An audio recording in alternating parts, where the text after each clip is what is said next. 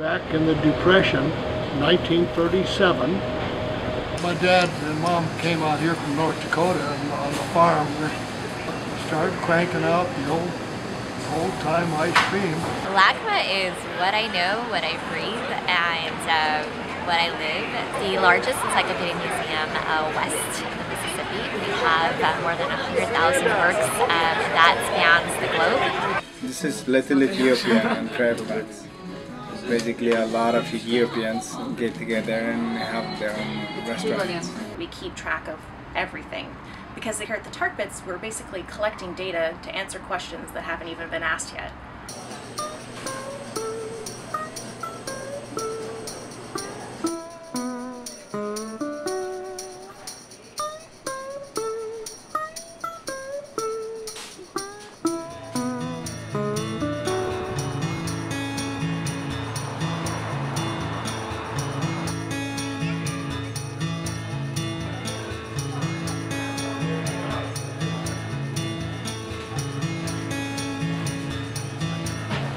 I was 14, and of course I was still in school.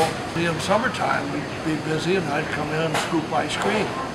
People would stop by and watch them clean the paddle and all that. It was really a good show. This area here didn't exist. I've invented ice cream flavors that were never made before, and one of them was Rocky Rose. Rum raisin, nobody ever made that before we did. Somehow we've survived. I'm 88, going on 89. I nibble on ice cream almost every day.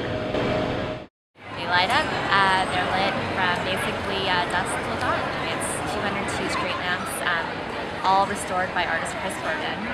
And he found the original ones starting at a flea market and slowly collected them. And they're all from different areas of Los Angeles. And it's become a landmark for LA. And wedding shoots, engagement shoots, music videos. We love seeing people immediately experience art as they're entering our campus. Right after UCLA, I had the fortune of being an intern here in the Communications and Marketing Department and have been part of the LACMA team ever since.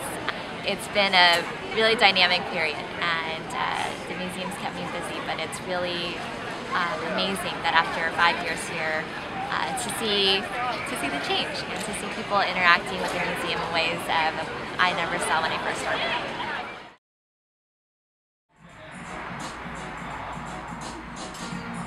There's about 9 restaurants on the block, and all of them they serve Ethiopian food. Unique thing about Ethiopian restaurant is you using your own fingers to eat.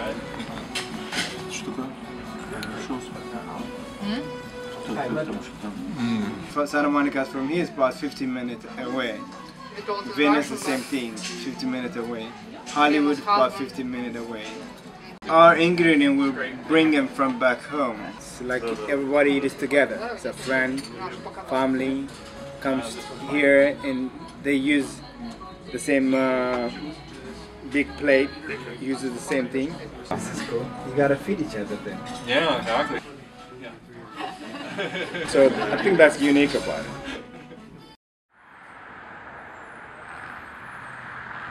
This one here is the upper arm of a saber-toothed cat. And here's the same bone, the humerus, but from a dire wolf. And here's a scapula, a shoulder blade, from a juvenile bison, probably about 2 to 4 months old. And then over here we have a piece of plastron, a belly shell from a western pond turtle. People have been digging here at Rancho La Brea off and on for over 100 years now. The first major excavation started back in about 1906. From this skull I can tell that he's a full adult. His teeth are actually fairly worn down, so he's a fairly older dire wolf. But again, he was still chewing his own food probably. I'm currently majoring in biology with an emphasis in ecology and evolution from Cal State University, Fullerton. I actually started volunteering here at the Tar Pits about 5 years ago, part-time for a few years and now full-time staff.